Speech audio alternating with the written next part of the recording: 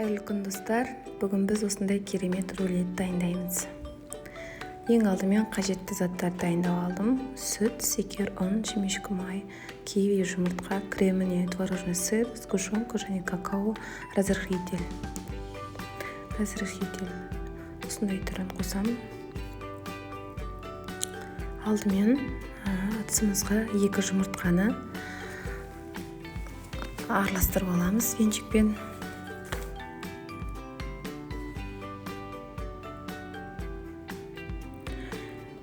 Қантымызды қосамыз, 2 ас қасық.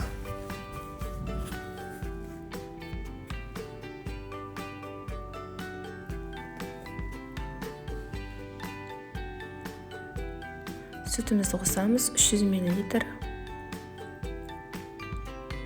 Араластырамыз жақсылап. Және ұнды 100 грамм ұнымызды араластырамыз.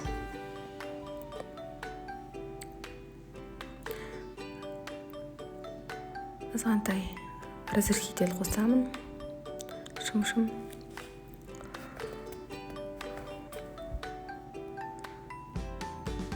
Біркелкі болғанша араластыра береміз. Құрамына қажетті какаоны 15 грамм қосамын. Какао құймағымызға шоколад түстес әдемі түс береді.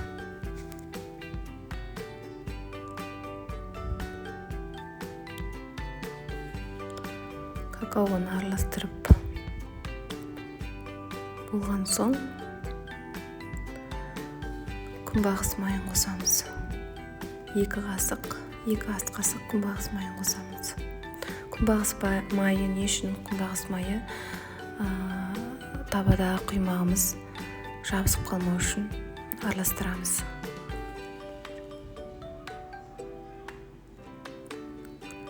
Қыздырылған табамызға құймағымызды біртіндеп құя бастаймыз. Мінекей осындай әдемі түсті құймақ шықты, өздеріңіз көріп отырғандағыдай. Құймақты барынша жіңішке домалақ қылу үшін ыңғайластырамын. Тез-тез піседі. Көп уақыт алмайды. Бұл рулетті тез арада жасауға болады. Креміне творожный сырды миксермен араластырып жатырмын.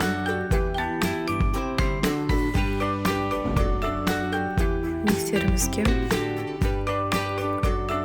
сгущенканы қостым креміне. Сіздер сгущенканы бірге сливке 200 грамм қосуларыңызға да болады, өз қалауларыңызға қарай. Мен үйде балалы үй болғандықтан өте тәтті қылдырмау үшін сливке қосқан жоқпын.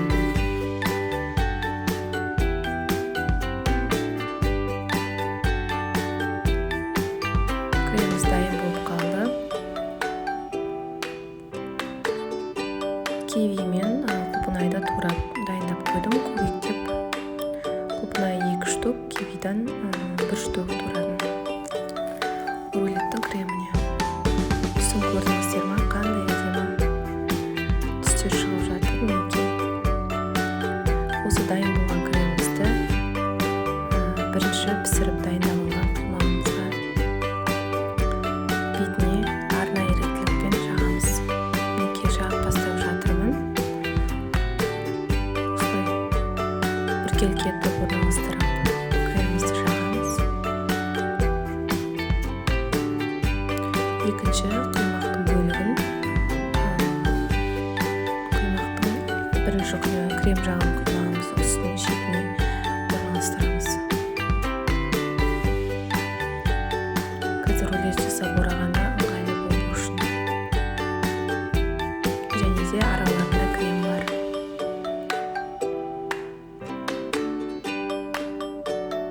Мінекей кремді осылай біркелкі етіп жаға береміз.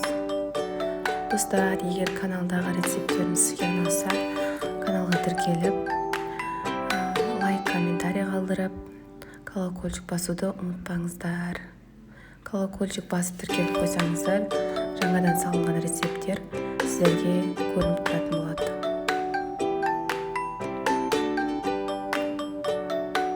Мінекей 3-ші құймақты кремін жағып жатырмын.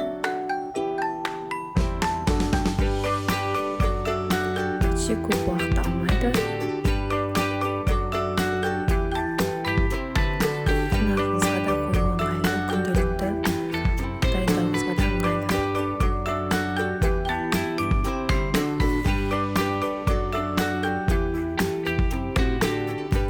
Енді құймақты жайлап рулет шығару үшін ораймын.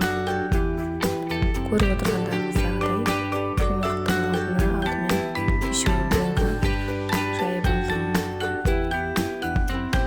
Рулетті орап болған соң пищевой рулеттің сыртынан орап, конфет сияқты екі жағын стабильді қоямыз. Тоңазытқышқа сала тұрамыз. Тоңазытқыштан алып кесіп дайындап қоюларыңызға болады. Ұсына берулеріңізге болады. Мінекей тоңазытқыштан алған рулетті кесіп тарелкаға орналастырып жатырмын. Рулетті сәндеп қою дастарханға өзіңіздің қалауыңызға байланысты. Басқа да жеміс-жидектерін сәндеп қоймаңызға болады. Және де креміне киви мен құлпынайдан басқа өзіңізге ұнайтын жеміс-жидегіңіз қосуыңызға болады.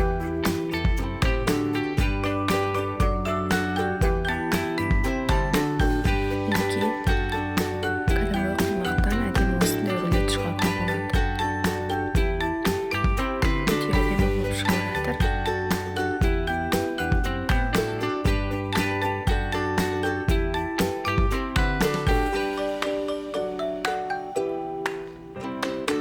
Міне достар, рулетіміз дайын. Осындай әдемі рулетті өздеріңіз үйде пісіріп қарауларыңызға болады. Дәмі енді күшті. Сау болыңыздар.